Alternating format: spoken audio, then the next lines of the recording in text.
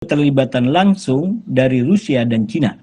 Kalau kemudian Arab Teluk melakukan serangan balik, kemudian ditambah Rusia dan Cina membackup langsung, turun langsung di bidang tempur ini, maka apa yang mungkin diprediksi oleh para ahli, para pihak sebagai Perang Dunia Ketiga itu akan betul-betul pecah. Situasi di kawasan Timur Tengah pasca kematian Khamenei, apakah perang akan segera berakhir atau justru Iran akan semakin melawan? Lalu apa dampaknya untuk situasi wilayah Arab Teluk dan juga Indonesia? Masih bersama dengan pengamat Timur Tengah, Hasibullah Satrawi melalui sambungan Zoom. Mas Hasibullah masih bersama kami ya? Ya, Mas Iksan. Mas, untuk mencegah perang di kawasan Teluk ini semakin meluas, solusi diplomatik ini kan dibutuhkan. Lalu dua negara lain yang juga disebut punya kedekatan strategis dengan Iran, seperti Rusia dan juga Tiongkok. Ini sudah mengeluarkan kecaman melalui Menteri Luar Negerinya. Bahkan Menteri Luar Negerinya juga sudah berkomunikasi seperti itu. Bagaimana Anda melihat peran kedua negara ini, Tiongkok dan juga Rusia? Sejauh apa mereka akan berperan? Ya, justru kalau kita berbicara tentang kemungkinan atau peluang daripada diplomasi, maka dengan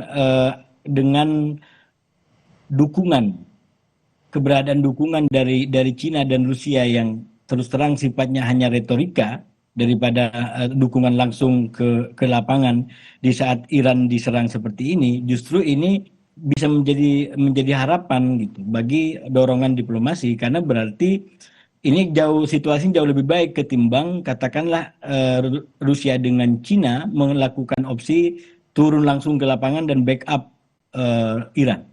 Kalau yang terjadi adalah Rusia dengan Cina melibatkan diri dalam perang ini, maka yaitu mungkin tangga penentu daripada perang dunia. Ya, saya mengatakan sekarang aja sudah mungkin diambang perang dunia karena negara-negara Arab Teluk itu sudah diserang oleh Iran dan mereka mengatakan punya hak untuk melakukan serangan balik, walaupun kabar baiknya sampai sekarang negara-negara Arab Teluk tidak mengambil opsi serangan balik itu. Nah, kalau kemudian Arab Teluk mengambil opsi serangan balik, saya rasa tangga menuju Perang Dunia Ketiga udah makin tinggi. Hanya tinggal satu lagi, yaitu keterlibatan langsung dari Rusia dan Cina. Kalau kemudian Arab Teluk melakukan serangan balik, kemudian ditambah Rusia dan Cina membackup langsung, turun langsung di bidang tempur ini, maka apa yang mungkin diprediksi oleh para ahli, para pihak sebagai Perang Dunia Ketiga itu akan betul-betul pecah. Nah, sekali lagi untungnya kalau dalam budaya kita di Indonesia, untungnya sampai sekarang satu negara Arab Teluk sampai sekarang hanya pada batas menyampaikan dia punya hak untuk melakukan serangan balasan, tapi secara de facto dia belum melakukan itu. Dan yang kedua, tadi disampaikan oleh Mas Iksan, Rusia dengan Cina sampai sekarang hanya bersifat dukungan yang sifatnya tidak langsung, dalam bentuk kecaman atau pernyataan bahwa yang dilakukan Israel dan Amerika melanggar segala macam tatanan moralitas atau hukum internasional.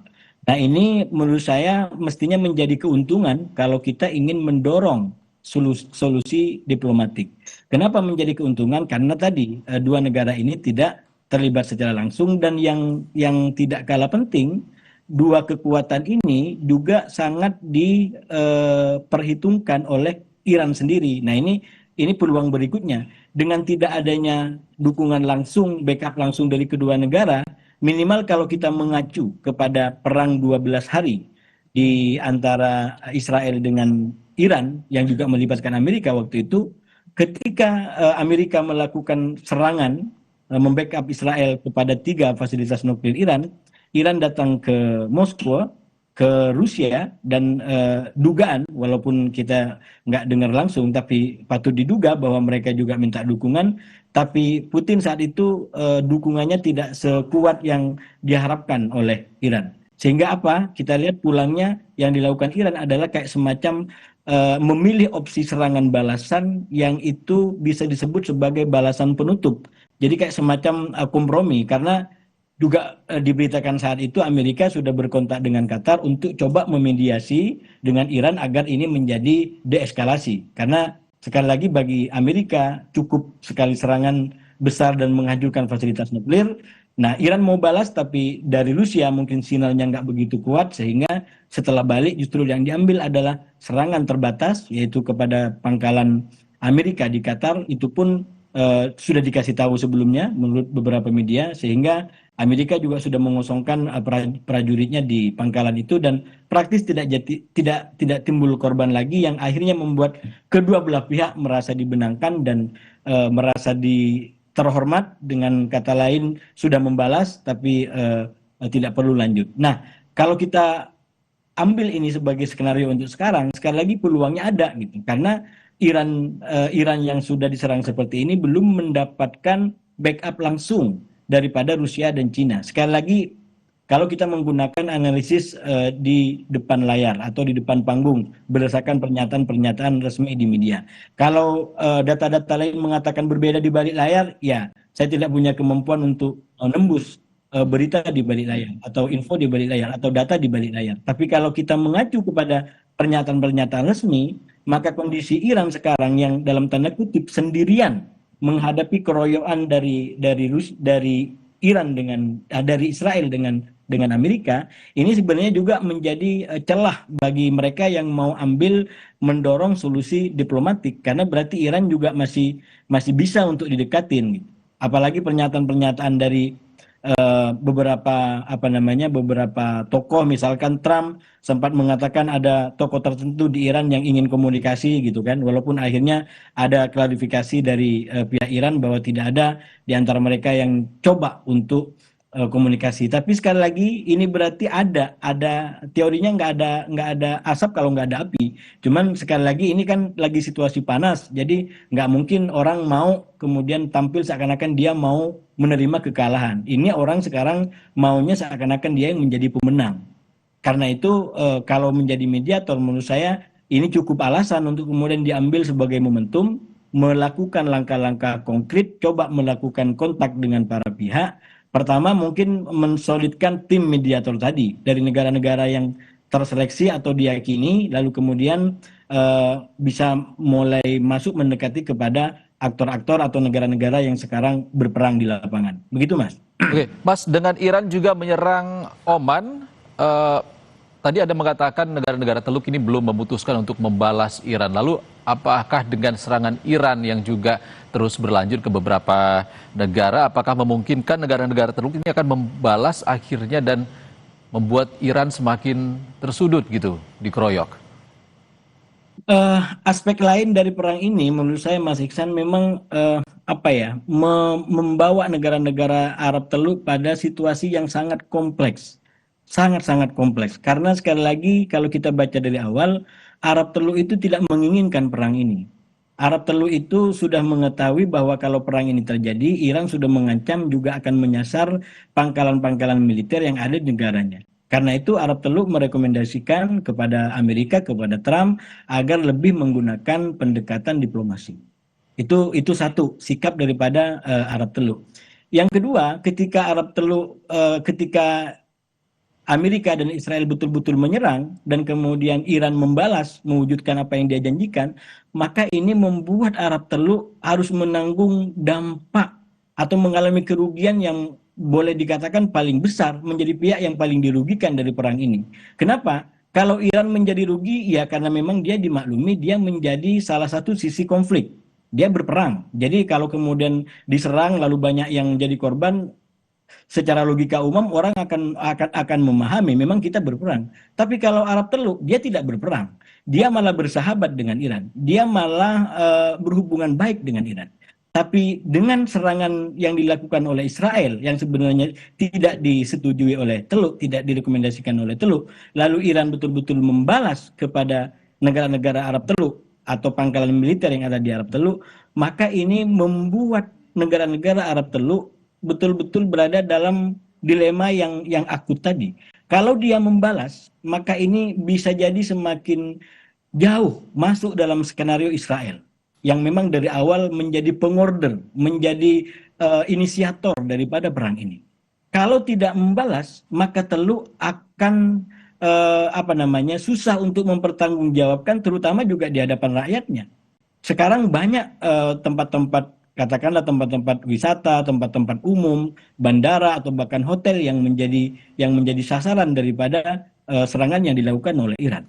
Bagaimana mereka harus bertanggung jawab, harus menyatakan sikap di depan rakyatnya.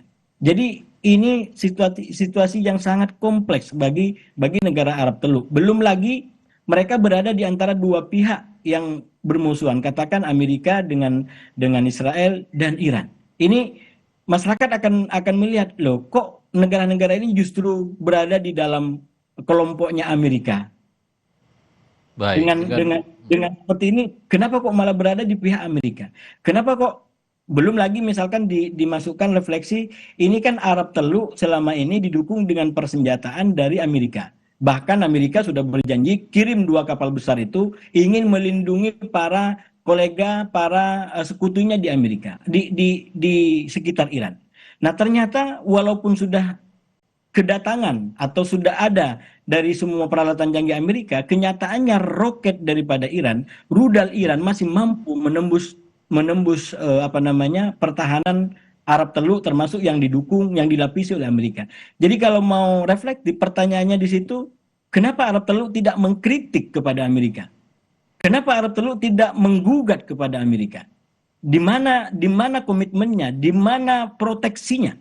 Itu kan sebenarnya juga bisa dilakukan, tapi sekali lagi di Arab Teluk barangkali tidak terlalu banyak ruang untuk menyoal dengan pertanyaan-pertanyaan kritis seperti ini.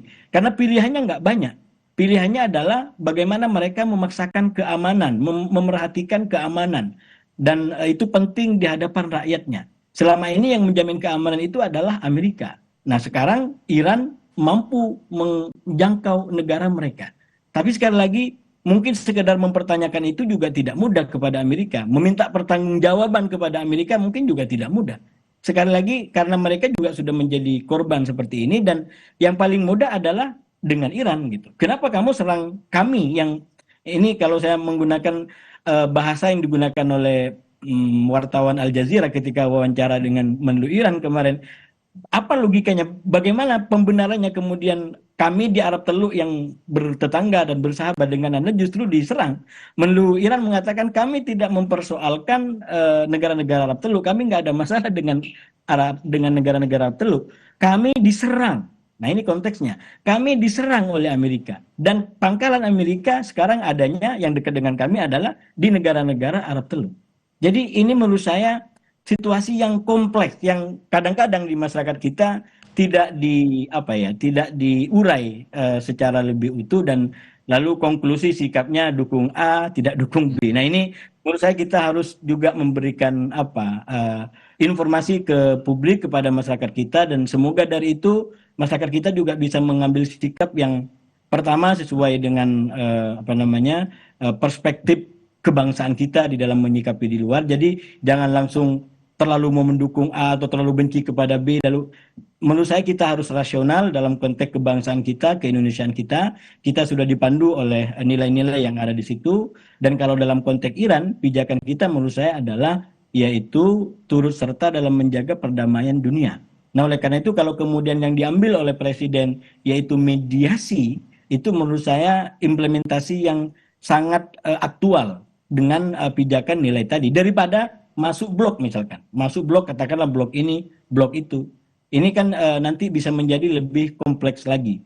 Jadi kita berdiri sebagai mediator, menyiapkan diri untuk mewujudkan terjadinya penurunan ketegangan di Timur Tengah sekarang ini. Begitu Mas? Iya, dengan kompleksnya situasi di sana akan banyak skenario yang masih bisa terjadi. Terima kasih Mas Hasbullah Satrawi, pengamat Timur Tengah, sudah berbagi pandangan bersama kami di Breaking News Kompas TV. Terima kasih Mas.